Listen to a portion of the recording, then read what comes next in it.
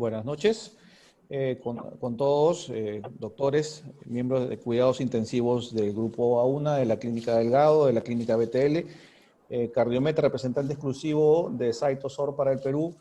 Les agradece el estar en esta charla y le agradece también al doctor José Ernesto López. Él es médico nefrólogo, director médico de Fresenius Medical Care Ciudad de México, al quien le agradecemos mucho su presencia y su charla sobre evidencia clínica en el uso de terapia con CytoSor en pacientes con COVID.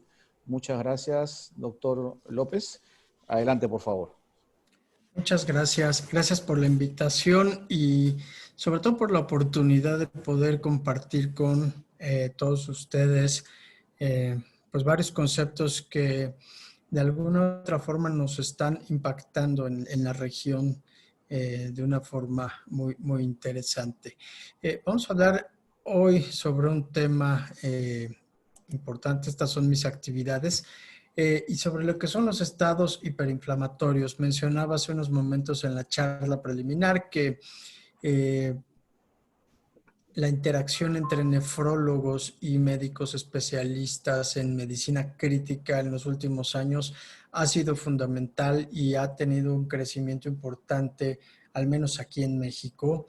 Y esto pues tiene que ver por varias razones. Una de ellas es cómo han ido evolucionando los conceptos. Y el primero que creo es importante destacar es este tema sobre infección, el síndrome de respuesta inflamatoria sistémica, que al final nos lleva a sepsis, ¿no? Este tema de infección, desarrollo de inflamación mediada por diversos organismos, pero también esta respuesta inflamatoria sistémica derivada de otras patologías, como puede ser pancreatitis, trauma, quemadura o incluso una combinación de estas que nos pueden llevar a sepsis, sepsis grave y finalmente al choque séptico. Este modelo de evolución que nos lleva a un incremento en la mortalidad, creo que lo hemos visto y lo tenemos más claramente definido en los últimos años. ¿Qué otras cosas hemos entendido? Y es esta interacción entre los patrones moleculares que son asociados directamente a estos patógenos, estímulos para la producción de ciertas citocinas, pero también estos patrones moleculares asociados a daño tisular, ¿no? Los llamados DAMPs que vemos en otras alteraciones y que, insisto, pueden coexistir. Finalmente, esta combinación de moléculas nos va a llevar a una expresión diferenciada de patrones de reconocimiento que va a generar mayor inflamación, mayor fibrosis en algunos casos, y esta tormenta de citocinas y daño tisular. Es cuando la respuesta del organismo normal se deteriora. El concepto de citocinas viene de la década pasada, cuando se identifica, sobre todo Hotchkiss lo pone de una forma muy interesante, en donde después de una agresión al organismo vamos a tener un estado hiperinflamatorio, como vemos acá o como vemos en esta otra gráfica, y que nos permite responder a esta agresión para posteriormente presentar una recuperación.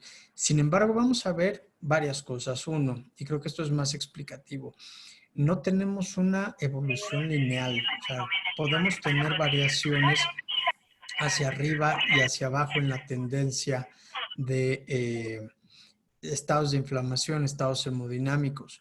Pero en ocasiones, además de estos estados hiperinflamatorios, cuando hay un incremento más arriba de lo deseado, es cuando podemos tener cierta lesión. Y este estado hiperinflamatorio es el que va a contribuir al daño tisular, a la falla orgánica múltiple. Y tratar de entender esto es lo que nos ha ayudado mucho a definir en dónde tenemos que actuar.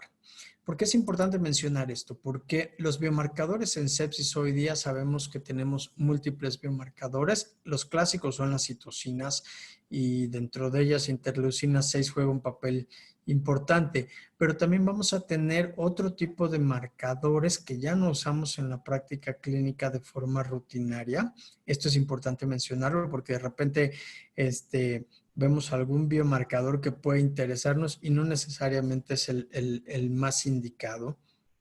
Los marcadores de sepsis propiamente dicho, algunos receptores incluso de mecanismos mediados por inflamación celular, pero también vamos a ver todo esto, alteraciones en la coagulación, alteraciones que denotan daño en el endotelio vascular o disfunción en otros sitios como por ejemplo hígado, páncreas, a nivel muscular, ¿sí? Y bueno, varios de ellos se han utilizado para diagnóstico. Esta revisión del profesor Vincent la recomiendo muchísimo cuando tratamos de entender el tema de biomarcadores. ¿Cuál es la conclusión aquí? Hoy día contamos con más de 170 y ninguno tiene la sensibilidad y especificidad suficiente para poder discernir qué paciente va a tener deterioro o no.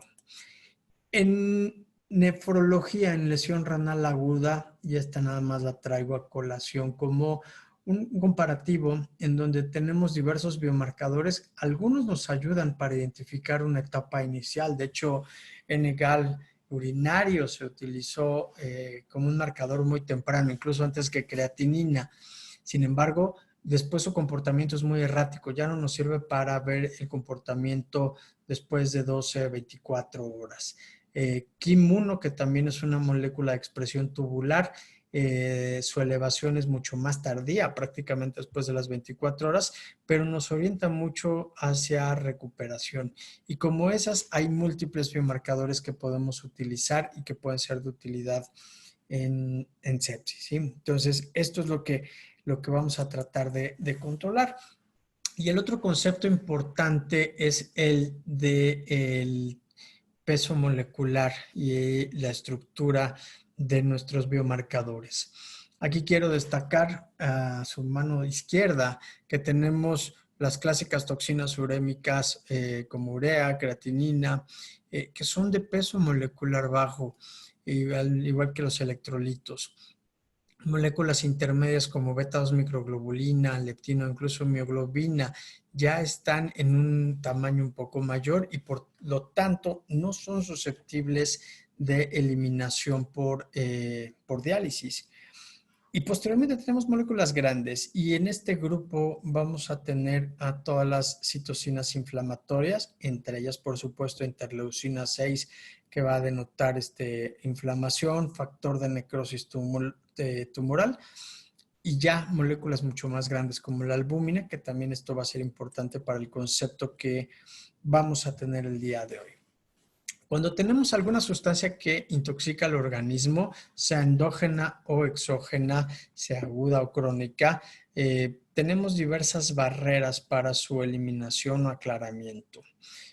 Cuando hay una separación de fases por adición o creación, esto no lo podemos hacer en el organismo, no podemos destilar la sangre por el impacto que podría tener en los componentes, pero sí podemos utilizar métodos de barrera, como una ósmosis reversa, como la misma diálisis o la convección o ultrafiltración, en donde el arrastre de moléculas de peso intermedio se ve incrementado. Y esta separación por un agente sólido también como concepto es el que nos puede ayudar a eliminar estas moléculas. De modo que podemos considerar tres mecanismos esenciales para tener técnicas de purificación extracorpórea.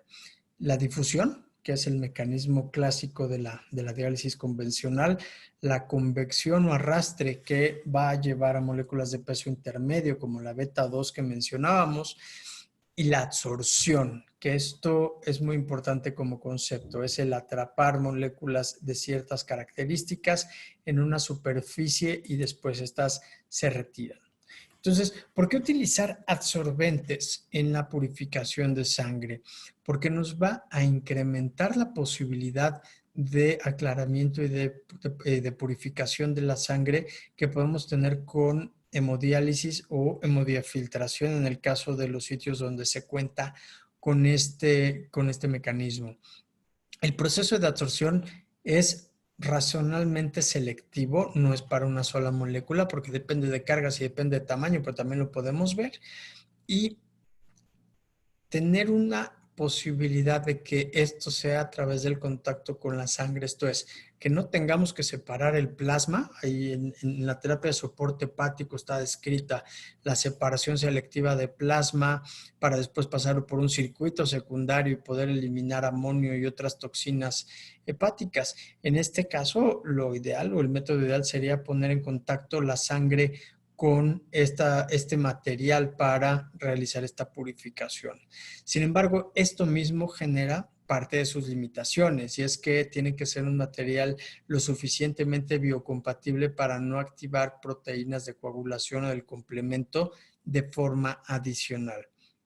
También hay que limitar el tamaño que puede absorberse para evitar remover toxinas esenciales o por lo menos de forma exagerada, de forma inicial. Entonces, el concepto de absorción se puede hacer con hemoperfusión sola, esto es, mediante un circuito de circulación extracorpórea, hacer pasar la sangre por estas columnas o este material para eliminar el exceso de ciertas sustancias que nosotros querramos, ¿sí?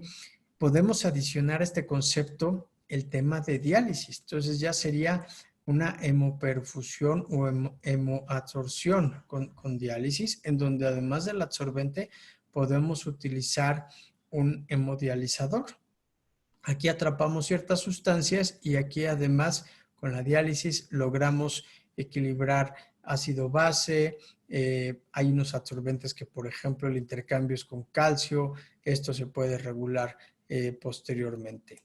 ¿Qué experiencias hay al respecto? De las principales es esta, la hemoperfusión utilizando cartuchos de carbón activado. Sin embargo, sabemos hoy día que esta sustancia es sumamente incompatible. Entonces, tenemos escalofrío, podemos tener incluso alteraciones hematológicas como trombocitopenia o leucopenia, y a largo plazo lo que se observó es que había una sobrecarga de aluminio. ¿Sí? Entonces, estos 3 puntos son fundamentales para tener acceso a una terapia absortiva adecuada. Y estas son las características, ¿no? La capacidad y afinidad para una separación minuciosa, buscar una superficie lo suficientemente grande para que me dé un tiempo de tratamiento adecuado en el menor espacio posible. Y creo que este es uno de los principales retos de la absorción. A diferencia de la diálisis, en donde se trata de una membrana y hay un paso de sustancias de un lado a otro y donde constantemente el líquido de diálisis se está renovando, está fluyendo, en la absorción la superficie que vamos a utilizar está contenida en este caso en una columna y la superficie debe ser amplia. Entonces, este es uno de los principales retos. Las propiedades cinéticas y de transporte para que esto sea rápido y que sea estable a la temperatura corporal, en este caso de la sangre, que sea de fácil transportación y que nos dé una vida media un poquito más larga, ¿sí? Básicamente. 2 puntos importantes, si se puede regenerar o el costo de ellas. Entonces, hablábamos hace unos momentos del carbón activado como una de las principales experiencias. En el caso de CytoSorb, las columnas tienen estas microesferas, son como la que tenemos aquí en medio, y lo que vamos a tener acá es un material altamente biocompatible, es un polímero desarrollado por la NASA o para la NASA para tener una superficie muy grande en un espacio muy pequeño. Miles de estas esferas se acomodan de una forma adecuada dentro de la columna. La sangre pasa de una forma también lineal, lo más lineal posible a través de ellas para exponer esta superficie interna y lograr esta atrapamiento o absorción del material que estamos buscando. Grandes diferencias con los dializadores y con los filtros de membrana. Uno, pues obviamente les decía, En el caso del dializador vamos a depender de una membrana semipermeable y de la entrada y salida de líquido por esta superficie. Sin embargo, los dializadores, los grandes, tienen 2.5 metros cuadrados de superficie, lo cual equivale a este recuadro de la mesa de ping pong. Se estima que la superficie de absorción de CytoSorb equivale a 4 canchas de fútbol, 45,000 metros cuadrados, lo que hace que tengamos, y esto quiero resaltarlo, una eficacia en la capacidad de ir eliminando, en este caso citocinas y también moléculas de patrón de daño tisular, a prácticamente 24 horas, ¿sí? Estos, aún los dializadores que tienen algunas características absortivas en su membrana, por la superficie tan pequeña, se alcanzan a saturar rápidamente. Esto, pues tenemos una superficie muy grande. Ahora, ¿cómo funciona? Número 1, va a tener una selectividad por tamaño. Ya hablábamos de las esferas hace unos momentos. Acá vamos a tener un espectro de absorción de aproximadamente 55 kilodaltons a sustancias hidrofóbicas, ¿sí? Aquí es muy importante esto, no hay remoción de albúmina, por lo menos no en cantidades relevantes, y tampoco va a haber alteración evidente de coagulación o de inmunoglobulina, ¿sí? Vemos o vamos a ver que aquí tenemos estas albúminas, la molécula grande, y obviamente no va a tener contacto con esta superficie que vemos aquí dibujada. Regresando a los tamaños, lo vamos a tener en un espectro de hasta 55 kilodaltons. Sabemos que la albúmina tiene un tamaño bastante mayor, pero todo lo que son factores de necrosis tumoral, cadenas libres de hemoglobina, por eso es tan útil en rhabdomiólisis, igual que mioglobina, las interleucinas inflamatorias, y más adelante vamos a hablar de otras indicaciones como es falla hepática. Todo esto tiende a absorberse. Entonces, a diferencia, por ejemplo, tocilizumab, en donde va dirigido contra, número 1, no disminuye interleucina 6, bloquea el receptor de interleucina 6 y tenemos una elevación posterior a esto. Aquí lo que vamos a ver es una absorción de diversas moléculas. Y hay una figura muy ilustrativa que nos ayuda a entender cómo es que tenemos el beneficio que vamos a ver más adelante. ¿Sí? Pero lo mencionábamos, tenemos las citocinas clásicas, las moléculas asociadas a patógenos, todas las que mencionábamos, y no son selectivas porque también tenemos columnas que van dirigidas contra enterotoxinas, moléculas de daño tisular, otras citocinas, y también va a haber citocinas antiinflamatorias que se atrapan. El punto es regresar al balance pro y antiinflamatorio, ¿sí? Así como otros mediadores de inflamación, FGF23 y otras moléculas del metabolismo, algunas proteínas, y también es importante algunas hormonas, medicamentos que vamos a ver más adelante, pero que hay que tener en mente que también pueden eliminarse a cierto punto con CytoSorb, y algunos fármacos que pueden tener utilidad, por ejemplo, cuando tenemos que meter a cirugía cardíaca a un paciente. Esta capacidad de absorber productos del metabolismo como bilirrubinas, como amonio y como otras toxinas hepáticas nos han llevado en el racional a tratar también de identificar su utilidad en falla hepática, y hay experiencia muy buena. Entonces, ¿qué es lo que buscamos? Tratar de que entre más alta sea una concentración, logremos ir controlando la sobreexpresión tanto de moléculas proinflamatorias como antiinflamatorias. Vamos a tener una eliminación dependiente de concentración. ¿Qué quiero decir con esto? Al inicio del cuadro vamos a tener concentraciones muy altas, por ejemplo, interleucina 6 arriba de 500.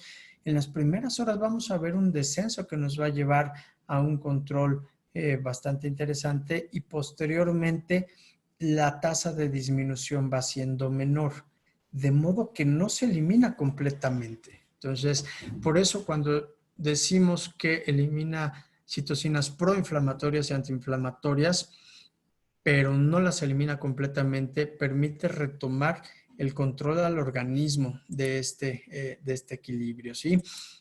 El concepto de respuesta inflamatoria hoy día tiene varios componentes, el componente infeccioso que mencionábamos al inicio, pero también la respuesta mal regulada del ser humano, en donde cualquiera de los eventos que va a ocasionar el daño puede causar mayor inflamación y que se puede combinar con los otros, como mencionaba, y que al final del día nos va a llevar a falla multiorgánica, ¿sí? Sabemos que hoy día que COVID, por ejemplo, si bien el epitelio respiratorio es el principal sitio de entrada, vamos a tener involucro ya documentado por microscopía en autopsias en riñón, en hígado, en sistema nervioso y en otros órganos y llevar a esta falla multiorgánica. Entonces, ¿cuál es la estrategia? Limitar esta respuesta exagerada y mal regulada, ¿sí? En tanto mantenemos las medidas de soporte convencional, el abordaje farmacológico adecuado, si hay infección, tratar con antibióticos. Hoy día sabemos que los esteroides juegan un papel importante en cierto punto de COVID, también en dosis bajas, a diferencia de otras patologías, y podemos incluir dentro de este soporte multiorgánico terapias extracorpóreas de inmunomodulación, ¿sí? Al final del día tenemos que ir definiendo, y lo preguntaban hace rato, ¿cuándo empezamos? Tenemos que ir identificando al paciente.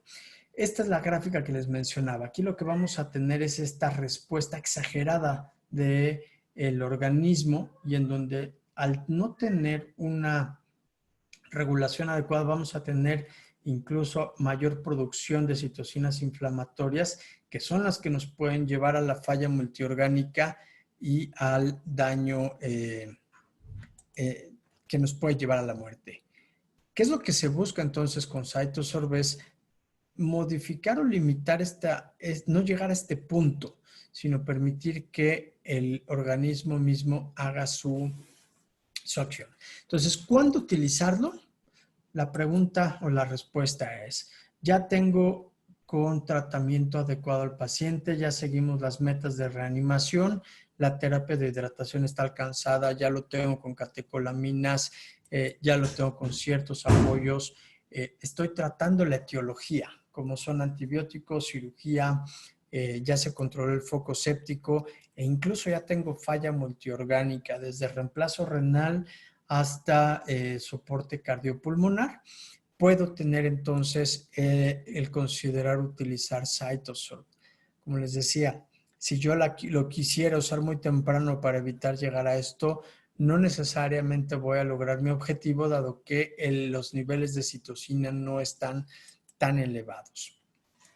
Se han intentado realizar algunas escalas que nos puedan ayudar a orientar el tratamiento, como es el CytoScore. CytoScore está en proceso de validación, esto es importante mencionarlo, en donde se toman parámetros que tenemos en cualquier unidad de cuidados intensivos. Lactato, dosis de norepinefrina y su cambio, si tenemos una segunda dosis de catecolamina, como por ejemplo vasopresina, no en todas las unidades la utilizan, si ya tenemos esteroide como parte del manejo del choque, y obviamente si ya respondió a volumen. Y va a depender de esta respuesta al manejo, uno, si lo iniciamos, y después en el CytoScore lo podemos medir a las 24 horas, a las 48 horas y evaluar si debemos continuar o no con el tratamiento y si tenemos beneficio o no de este. ¿Sobre qué terapias lo podemos utilizar? Y esto es muy importante. Lo podemos utilizar y clásicamente se ha iniciado sobre circuitos extracorpóreos. ¿Cuáles? Las terapias de reemplazo renal continuo, el ECMO, pero también en sitios donde no contamos ampliamente con estas dos tecnologías, y ECMO es muy raro, podemos utilizar o considerar hemodiálisis intermitente y sobre todo una forma mixta, hemodiálisis intermitente prolongada de bajo flujo. De forma personal, yo puedo decir que en 2006, que llegué al Hospital ABC en la Ciudad de México, las terapias de reemplazo renal continua eran prácticamente inexistentes en México. Iniciamos con las antiguas Prisma, pero antes de eso metíamos hemodiálisis intermitentes prolongadas de 8 y hasta 12 horas en pacientes hemodinámicamente inestables, y hoy día sabemos que CytoSorb lo podemos utilizar también en esa tecnología, ¿sí? Mencionábamos medicamentos, y estos medicamentos hay que considerar también de forma importante en estos pacientes. Sabemos que en las terapias de reemplazo renal continuo debemos de replantear la dosis de los antibióticos e incluso regresar a las dosis casi convencionales, como en el caso de los carbapenémicos cuando están con CRRT.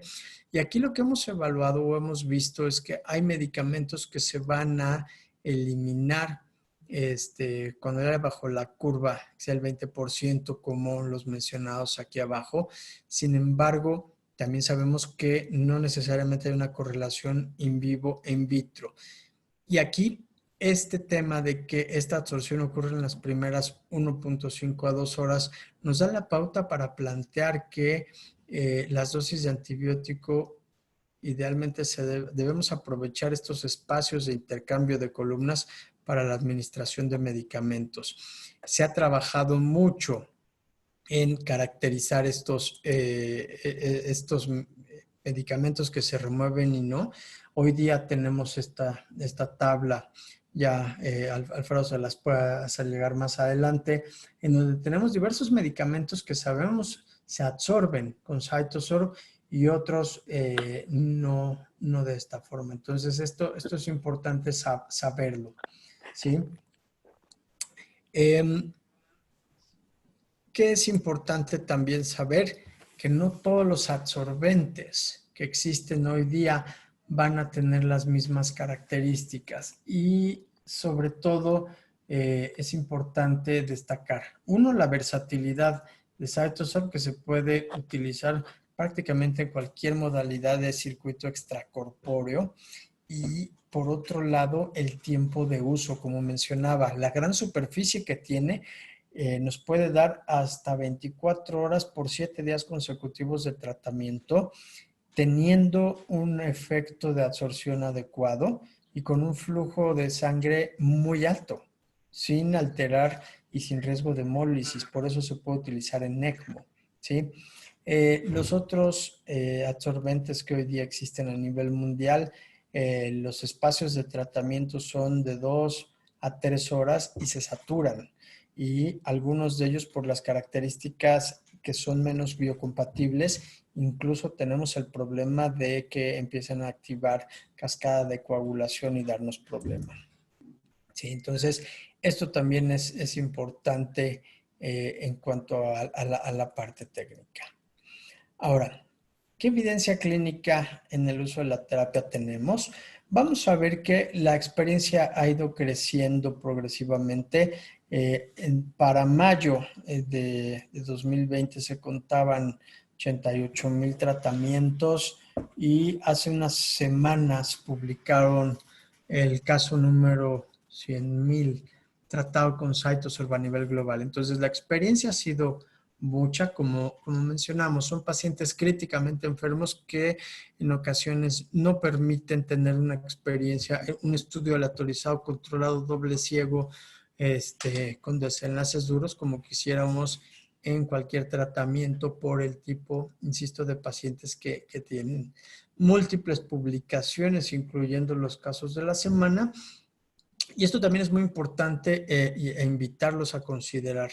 En Alemania se tiene un registro del uso de CytoSorb, lo lleva la Universidad de Jena, y es un registro independiente, no tiene nada que ver con la compañía, sobre los desenlaces que vamos a ver. Y además, el número de ensayos clínicos que se están llevando a cabo, ya registrados en esta página Norteamérica, también es mayor, ¿sí? Entonces, la evidencia está creciendo. Tenemos estas primeras revisiones y primeros conceptos casi teóricos en algunos de ellos sobre la hemoabsorción y sobre quienes desarrollaron estos cuadros, estos tratamientos poco a poco. Y los reportes también han sido variables en cuanto a las patologías cubiertas. No solo sepsis, pero también quemaduras, pancreatitis, incluso ya en estos tratamientos nuevos con CRISP, los oncólogos van a estar muy felices de tener una herramienta más cuando deciden utilizar este tipo de terapias oncológicas dirigidas.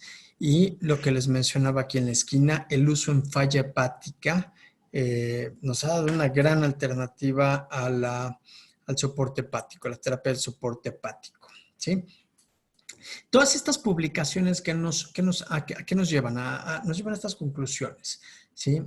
Es biocompatible, no ha habido ningún reporte de efectos adversos al uso de CytoSorb. Hay una atenuación en la respuesta inflamatoria demostrada por diversos biomarcadores, entre ellos interleucina 6, pero también proteína C y procalcitonina. Mejoría en parámetros hemodinámicos, como vamos a ver más adelante, y por ende reducción en la necesidad de vasopresores. Y también tenemos ensayos que ya nos demuestran que mejora la integridad capilar y reducen la mortalidad. El primer estudio aleatorizado que se realizó entre 2008 y 2011 incluyó 97 pacientes ya con ventilación mecánica, con distrés respiratorio agudo y con sepsis grave y choque refractario. Aquí en este estudio sí es importante destacar, el uso de CytoSorb en ese entonces fue por 6 horas, pero sí hasta por 7 días, con o sin hemoperfusión como grupo control. Y lo que se midió fue interleucina 6 en los días 1 y 7 del estudio.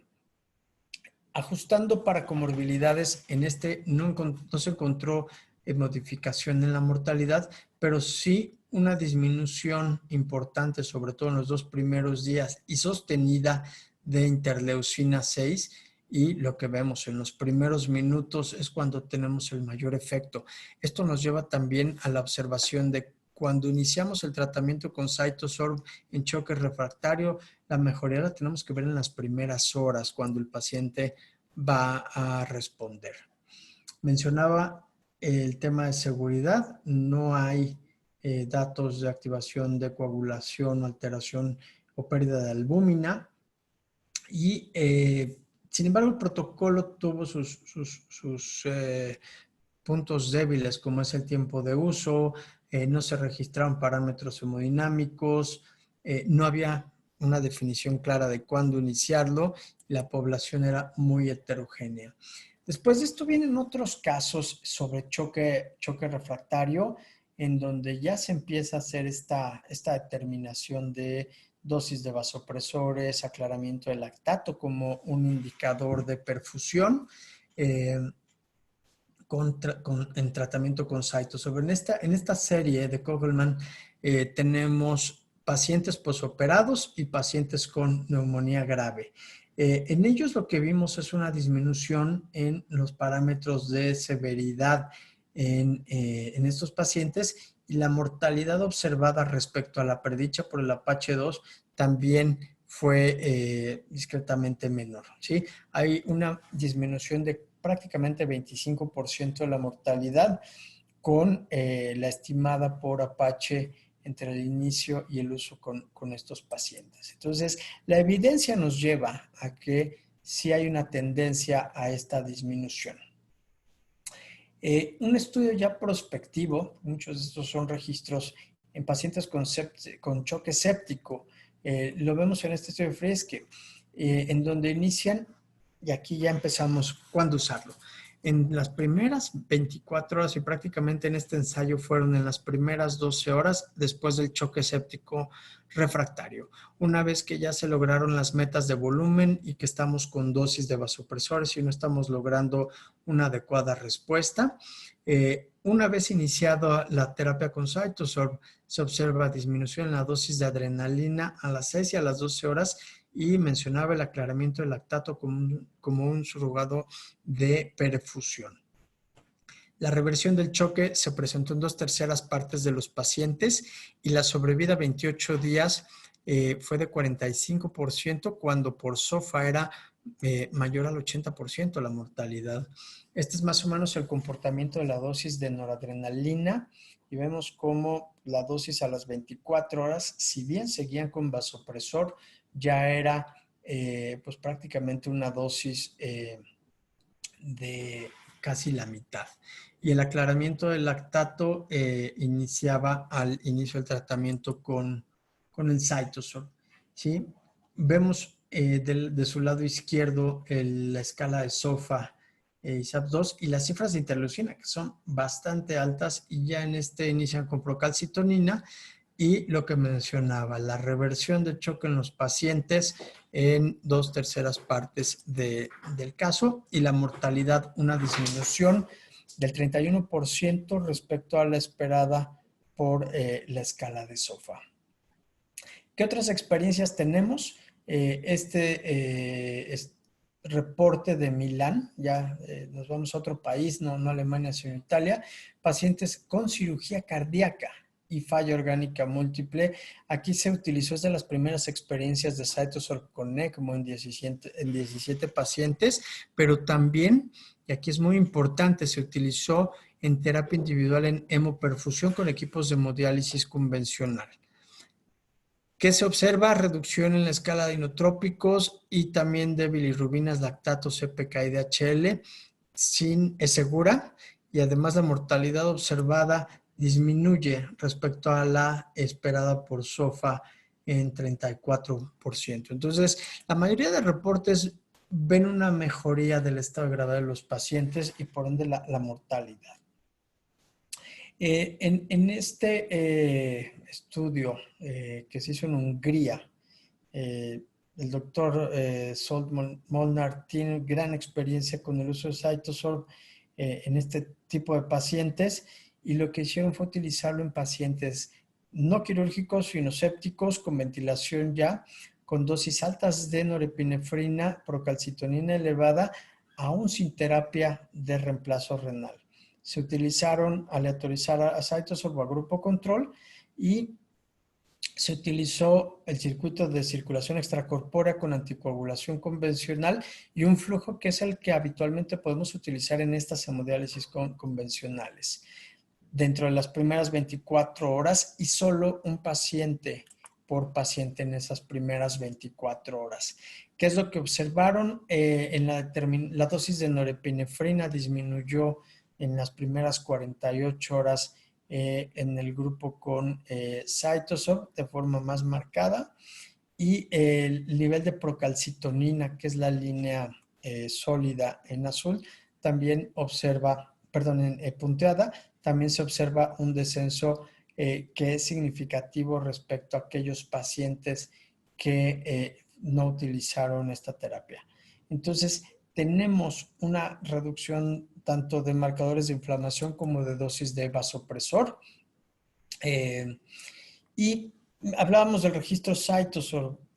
Tomando estos casos, es muy difícil interpretarlo y sacar conclusiones fuertes o duras utilizando un registro, pero simplemente 104 pacientes, la mortalidad esperada fue de un 83% y la percepción, perdón, no 83, fue un 14%, de 78 a 67%, y aquí es muy importante.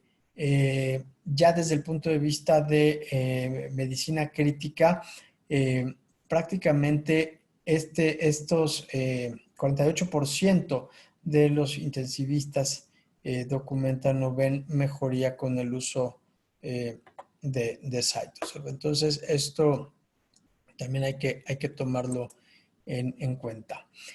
Nos compartieron estos datos del uso ya en América Latina de Cytosorb. La indicación en estos casos es choque séptico en la mayoría de ellos, choque séptico no respiratorio, neumonía, falla orgánica múltiple ya, y otras causas en Panamá. Y vemos que el grupo de edad es entre 50 y 60 años, pero se ha aplicado en prácticamente todos los rangos, mostrando en los desenlaces 2/3 partes de sobrevivientes. Para quienes nos preguntamos en ocasiones cuánto tiempo voy a dejar las columnas, o sea, voy a usar una 24 horas, luego una segunda columna a las 48, vemos que la gran mayoría de casos en Panamá al menos fue 72 a 96 horas, seguida de menos de 24 horas. Muchas veces el paciente con una sola columna tiende a ver mejoría y el número de casos en México sigue creciendo. Ayer conectamos un paciente en Veracruz por COVID también, pero tenemos una casuística muy interesante porque hay pacientes, tanto pacientes COVID como otras etiologías que estamos viendo. Entonces, ¿qué tenemos que pensar? Que sí es sepsis, sí es esta hiperinflamación por sepsis, pero al final del día tenemos que tomar en cuenta todas estas otras indicaciones y muchas veces se van a combinar. Vamos a tener pacientes con COVID, pero que desarrollan una sobreinfección por neumonía o que desarrollan alteración hepática. Mencionaba hace al inicio de la charla sobre la experiencia que hay en soporte hepático y en rhabdomiólisis.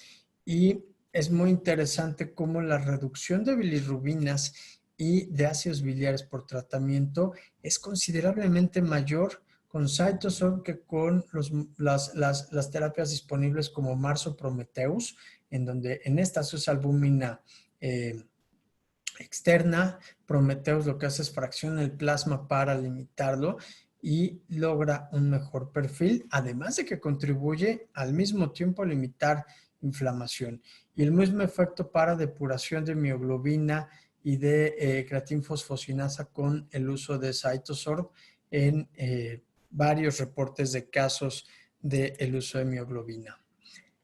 Hablábamos de los fármacos, intoxicaciones, por ejemplo, con venlafaxina que desarrollan cardiomiopatía. Se ha documentado de forma eficaz la eliminación de este fármaco para tratar de limitar el daño.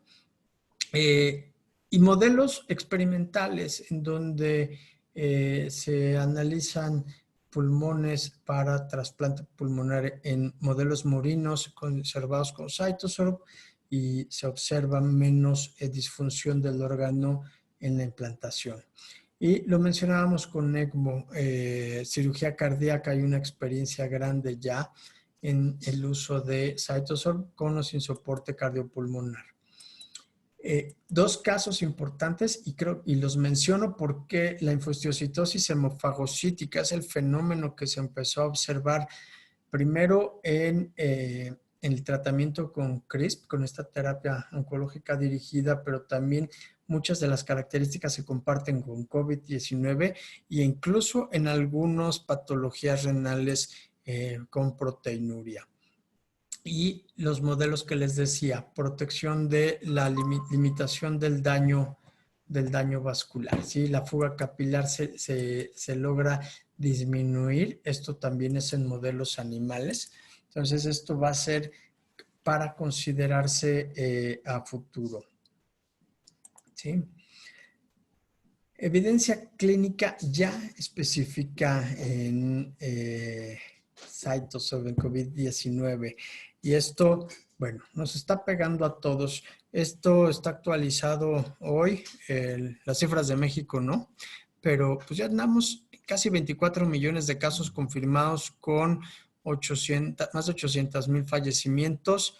En el Perú tenemos 27,000 casos, México 60,800 fallecimientos, pero vemos que aquí ya andamos prácticamente en el mismo número de casos.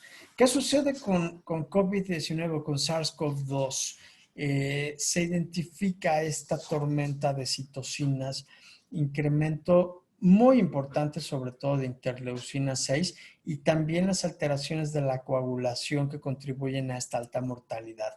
Esta gráfica es muy interesante y muy importante tenerla en cuenta porque muchos de estos casos, incluso nuestro gobierno recomienda quédese en casa. El problema es que no hay una adecuada diferenciación entre esta interfase cuando viene ya una respuesta hiperinflamatoria y cuando ya tenemos que intervenir con otras estrategias, ¿sí? En donde ya aquí no depende del virus. Y esto es muy importante mencionarlo. Cytosorb no va a eliminar al SARS-CoV-2.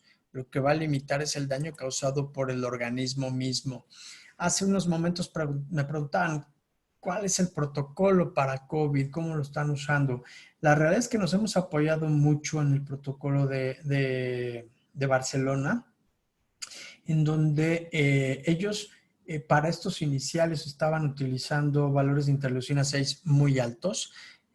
Nosotros en el hospital ABC con más de 600 ya lo considerábamos evolución grave y en su momento utilizamos tocilizumab para estos casos con dímeros D muy elevados. Dos, que tienen distrés respiratorio que no responden a posición de prono, aún ya con ventilación, con una PAF menor a 100. Entonces, son dos indicaciones para poder utilizar este dispositivo, incluso no necesariamente con falla renal establecida y o con alguna otra alteración.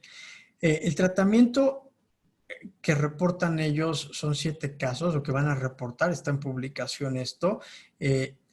Incluso, insisto, 4 tratados previamente con tocilizumab, 3 con esteroide y con estas cifras, ¿sí? Y los desenlaces o lo que han tenido como resultado es disminución de vasopresores. Vemos que el tratamiento fue 24 horas, 1 a 2 sesiones, entonces tampoco hay que pensar que van a ser tratamientos muy prolongados e incluso 3 pacientes menor a 24 horas por la coagulación.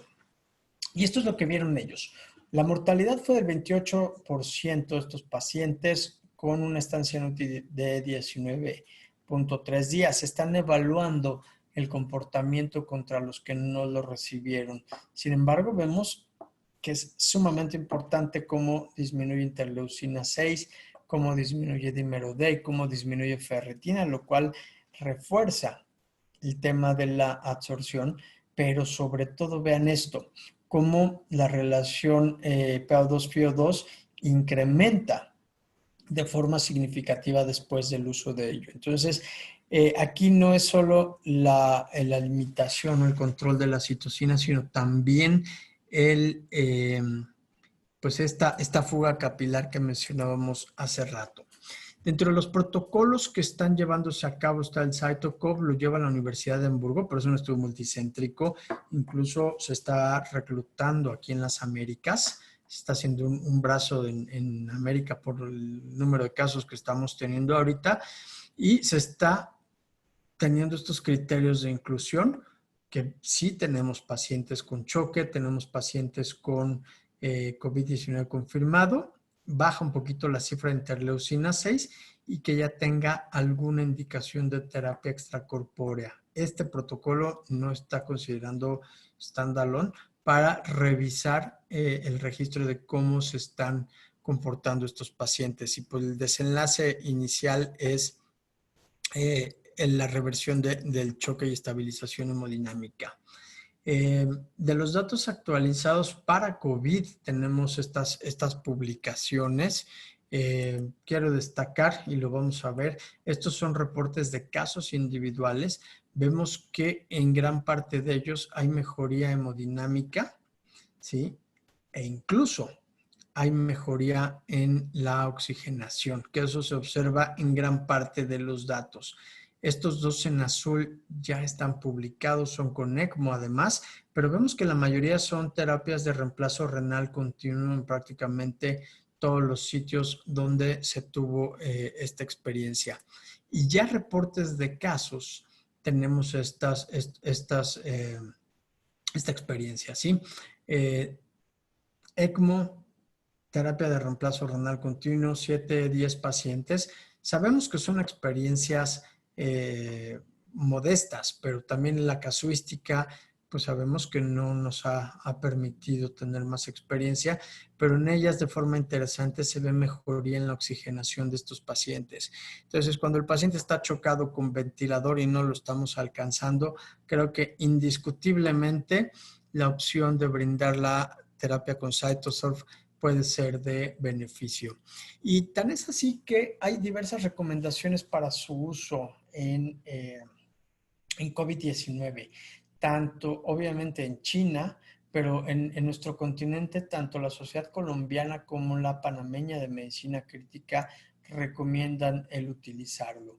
La Fuerza de Tarea de Brescia, que es un grupo de la Sociedad Europea, también lo recomienda, e incluso traigo a colación la indicación de FDA aprobada, porque en los Estados Unidos ellos ya tomaron una recomendación teórica que se está manejando desde hace unos meses, y es que el primer dispositivo se cambia a las 12 horas. ¿Por qué? Porque es cuando tenemos el mayor pico de inflamación.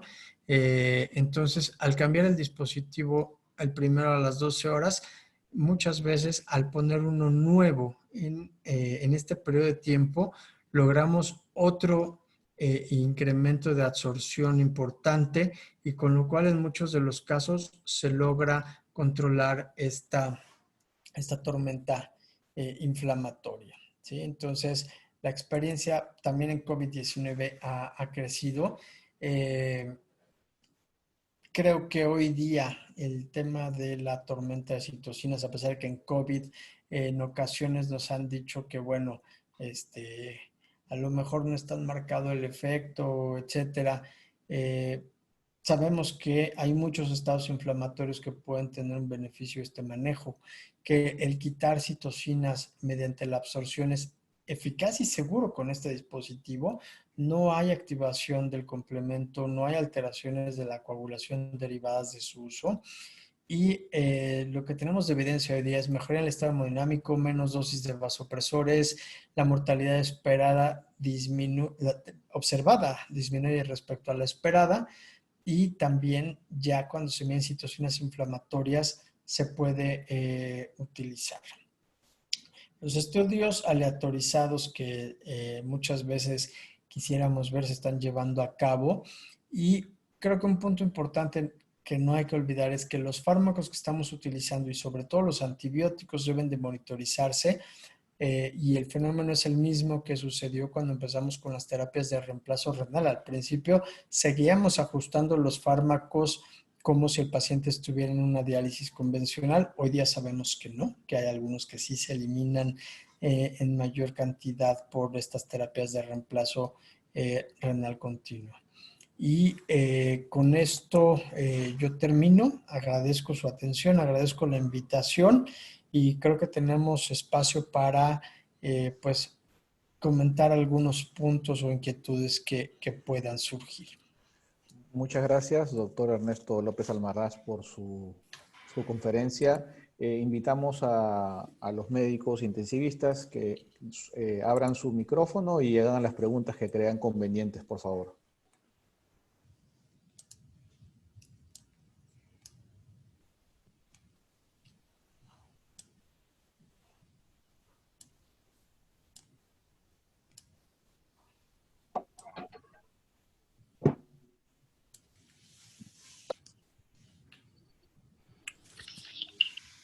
Por una pregunta. El CytoSorb se utiliza básicamente en los pacientes que tienen falla orgánica múltiple, síndrome de distrés respiratorio, donde están involucrados todos estos mecanismos moleculares de las citoquinas. No necesariamente como etiología el SARS-CoV-2. Puede ser como etiología cualquier otro germen que origine esto. ¿Es correcto? Es correcto. De hecho, como le mencionaba, la gran experiencia que tenemos con CytoSorb es en sepsis choque refractario, y la otra, la segunda, es en cirugía cardíaca. Son como que los dos grandes grupos en donde se ha tenido mucha experiencia. Entonces, el componente por el que hoy día ha tomado mucha fuerza para COVID es por la evidencia que hay en esta tormenta de citocinas en la fase inflamatoria o hiperinflamatoria del COVID. Pero definitivamente aquí en México, por ejemplo, les mencionaba de los casos que tenemos con el uso de CytoSorb, la mitad han sido en pacientes no COVID, ya sea que tengan distrés respiratorio, pero por una neumonía bacteriana de focos múltiples que vemos día a día en las unidades de cuidados intensivos, o por choques sépticos refractarios postquirúrgicos y médicos. Segunda pregunta, una inquietud. El CytoSorb necesita un sistema de flujo continuo para poder ser utilizado, ya sea a través de una diálisis, a través de un sistema de perfusión o de circulación extracorpórea, etc. ¿Existe otro mecanismo por el cual se pueda utilizar el CytoSorb sin que dependa de la máquina de diálisis o necesariamente tiene que ser con la máquina de diálisis?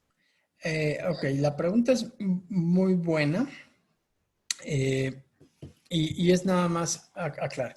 Necesitamos un circuito de circulación extracorpórea para pasar la sangre a través de la columna. Ahora, no necesariamente tiene que ir acoplado a un tratamiento dialítico. Y esto lo menciono porque en muchas ocasiones me dicen, no, pues que el paciente no necesita diálisis. Bueno, se puede tener un dispositivo intermitente que haga la vez de bomba de circulación extracorpórea y lo único que nos esté dando es un clásico ejemplo de hemoperfusión. No hay líquido dializante, está conectada a la columna, al circuito de circulación extracorpórea y está dando el flujo.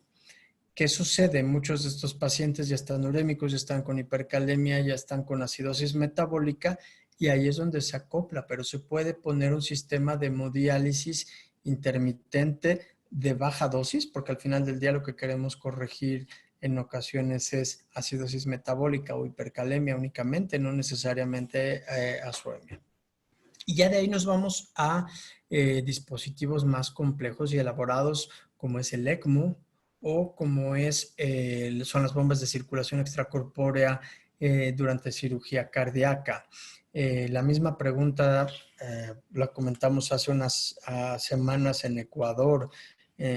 Un colega perfusionista nos empezó a preguntar que si se usaba cierta cánula con la bomba de circulación en un paciente que no requería diálisis y se podía hacer. Sí, pero la conclusión es que al final del día es más elaborado y más costoso hacerlo en la cama del paciente que hacerlo con un equipo de hemodiálisis convencional. Entonces, aquí es muy importante, si no se disponen de terapias de reemplazo renal continuo fácilmente, se puede adaptar.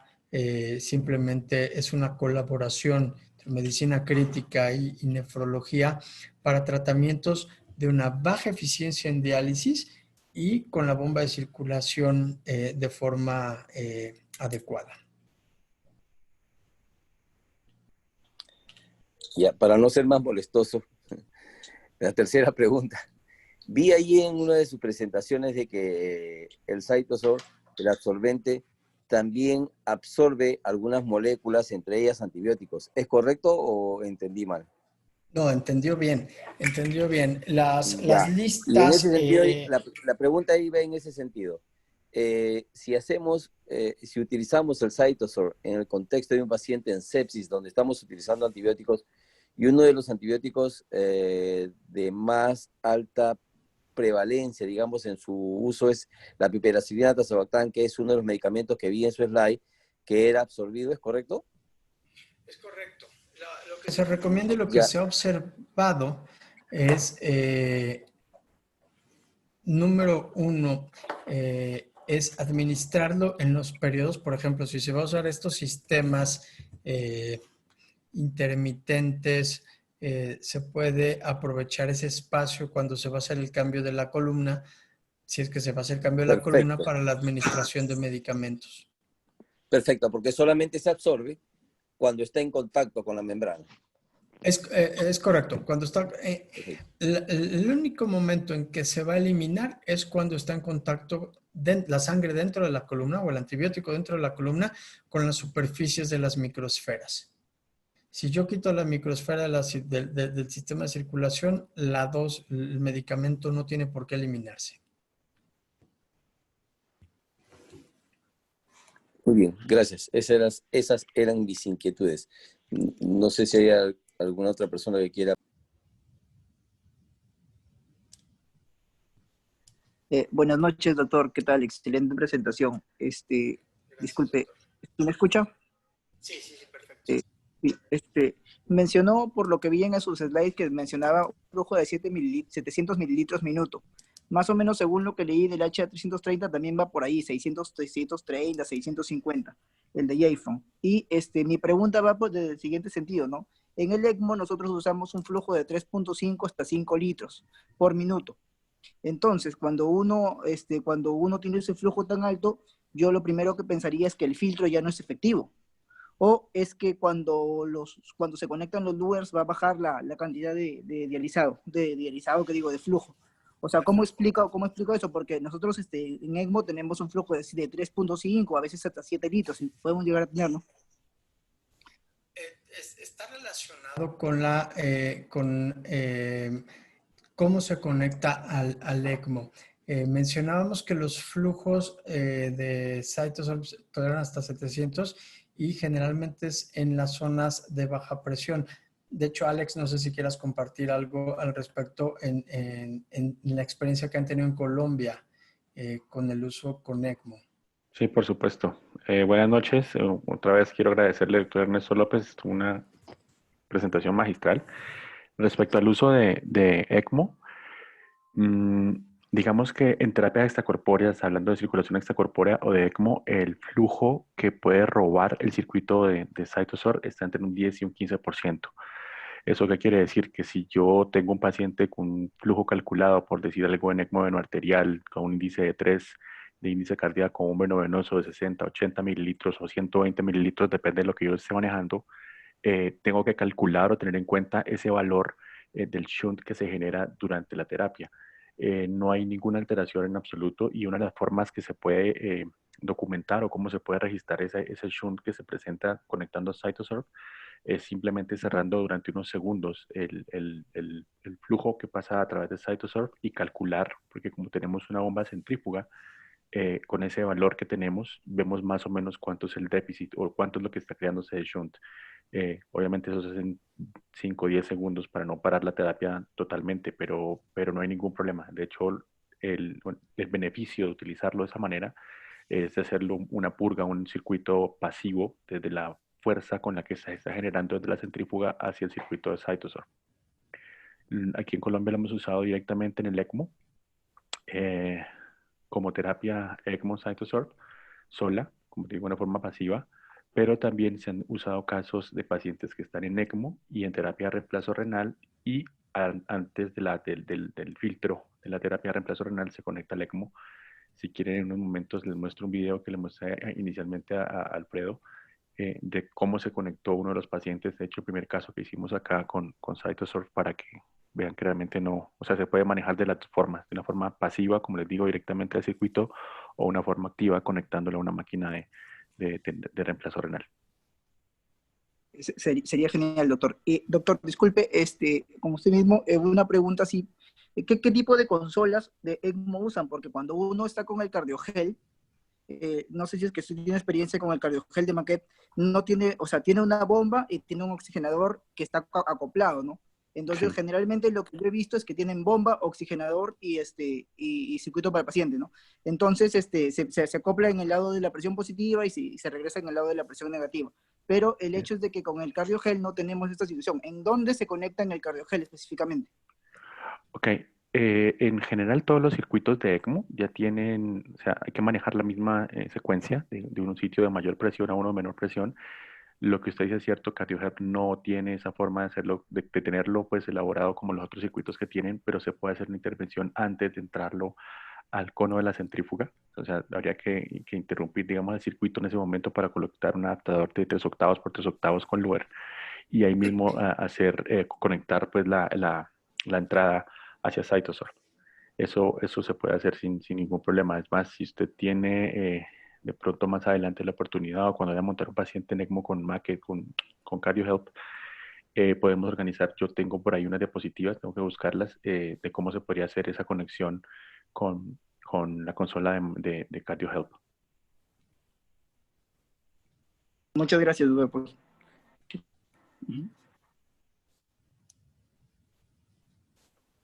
¿Alguna pregunta más, por favor? Siéntanse libres de abrir el micro y hacer las consultas respectivas. Alfredo, ¿quieres que muestre el video de la presentación de pronto para que vean lo de PrismaFlex? O... Muéstranos, por favor, acá, aprovechando que estamos... Diego, ¿alguna acá todos. pregunta? Ok.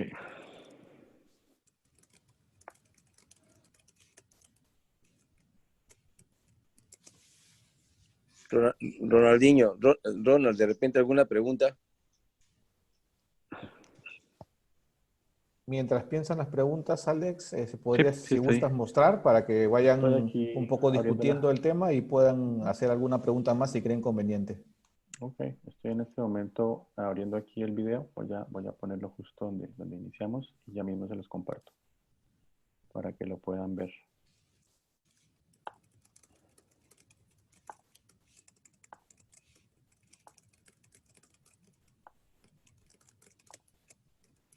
Aquí está. Voy a ponerles, voy a subirle el volumen para que vayan viendo cómo escriben pues la conexión que se hizo. Este fue el primer caso que hicimos en un paciente con un COVID positivo. Aquí está. La entrada de la prisma queda en el primer conector conduit por membrana. Viene de esta manera. Entra a la bomba de sangre. Y acá, en lugar de ir al filtro, tiene esta conexión que va hacia el citosol. Sale el citosol y con esta conexión ya entra el filtro. Viene el filtro, la cámara atrapaburbujas que siempre debe estar a este nivel con sustitución post para que no se coagule. Y viene el retorno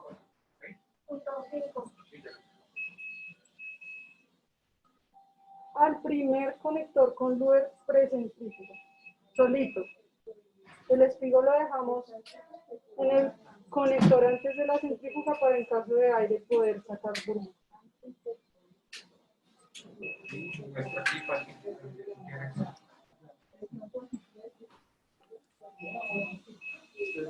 Tipo de bomba con 5.000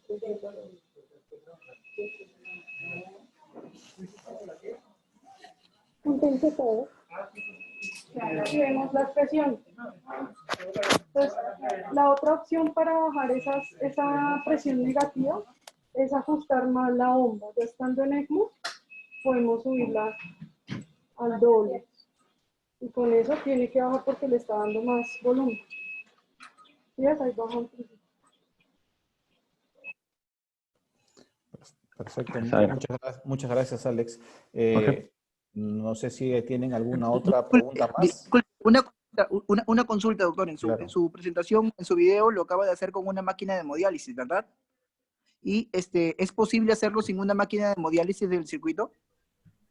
Sí, se puede conectar directamente al circuito de ECMO sin ningún problema. Como te digo, la única recomendación es calcular el shunt que se genera pues, por ese puente abierto del circuito de CytoSorb. Por el tema de los flujos. ¿Perdón? Ajá. Por el tema de los flujos, digo, para que no se pase. Sí. Ajá. Ah, okay. No hay problema, no hay problema, porque es que si tú calculas, o sea, la columna de CytoSorb funciona con flujos entre 100 y 700 mililitros. Entonces, pues yo sé que a veces usamos flujos muy altos, pero realmente no se va a ajustar pues, el flujo que se va a necesitar. Obviamente, entre más flujo tengamos en la columna de CytoSorb, digamos que la eficiencia va a ser un poco mejor para absorber la cantidad de mediadores inflamatorios, en este caso, que van circulando, pero no tiene ningún problema. No hay forma, pues, no hay inconveniente de usarlo así. Buenas noches. Bueno, yo soy nefróloga de un hospital nacional Y quería hacer una consulta. Cuando hablaron acerca del tipo de terapias de reemplazo renal en pacientes que no requieren y se necesita utilizar el CytoSorb, ¿qué tipo de métodos ustedes han podido observar en Colombia? Por ejemplo, ¿utilizan la hemodiálisis intermitente o de pronto solo la hemofiltración? Y quería saber si es que el utilizar ese tipo de terapias en ese tipo de pacientes que no requieren diálisis aumenta la mortalidad en algún, no sé, en algún porcentaje. Ok, gracias. Lo que mencionabais, y como en muchas partes de América Latina, la experiencia más grande en Europa es con equipos de reemplazo renal continuo. Sin embargo, en regiones en donde no hay disponibilidad de ello, lo que hacemos es terapias intermitentes prolongadas. En este caso se puede usar SLED, dosis de baja eficiencia. Y tenemos experiencia, no todos los equipos de hemodiálisis intermitente tienen la capacidad de hacer hemoperfusión. Hay algunos equipos, sobre todo Belco, que sí pueden utilizar únicamente la modalidad de hemoperfusión. Esto es, no líquido de dializante, sobre todo para los colegas que no están tan habituados a las terapias extracorpóreas. Entonces, únicamente lo que se hace, estos equipos se ponen en modalidad de hemoperfusión, haciendo circular la sangre por la columna. En la gran mayoría de los casos en América Latina, lo que se está haciendo es SLED combinado con el uso de CytoSorb en equipos de hemodiálisis convencional. Insisto, flujos bajos de dializante, flujos bajos de sangre, para lograr el objetivo de absorción. Realmente el estudio de SALT en Hungría no demostró ningún efecto adverso, tampoco mortalidad en el uso de estos pacientes en donde no se requería diálisis como tal en el tratamiento de los pacientes. Panamá es otro de los países que también está usando hemoperfusión en los pacientes con COVID en fechas recientes, aunque ellos no tienen publicada la experiencia.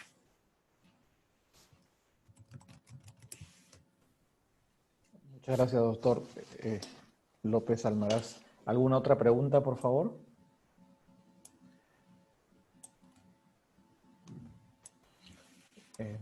Bueno, muchas gracias a todos por su asistencia, al doctor Luis Castillo, al doctor Diego Castillo, a todos los demás, a los que han participado. Muchas gracias al doctor Ernesto López Almaraz por su exposición, su charla, por el tiempo que nos ha dedicado. Muchas gracias, Alex, también por tu soporte en la terapia de ECMO, y les agradezco a todos su presencia y esperamos volvemos a reunir con algún tema más. Muchas gracias, doctor Ernesto. Muchas gracias. Gracias a todos. Gracias. Muchas gracias. Gracias Buena a todos. presentación. Muchas gracias. Gracias, gracias.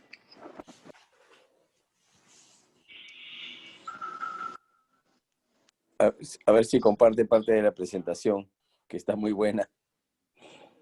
Gracias. No se preocupe, doctor Castillo, se la hacemos llegar. Y a eso siempre me dices, ¿no? En persona te lo voy a llevar. Un abrazo. Un abrazo. Gracias. Gracias. Gracias a ustedes.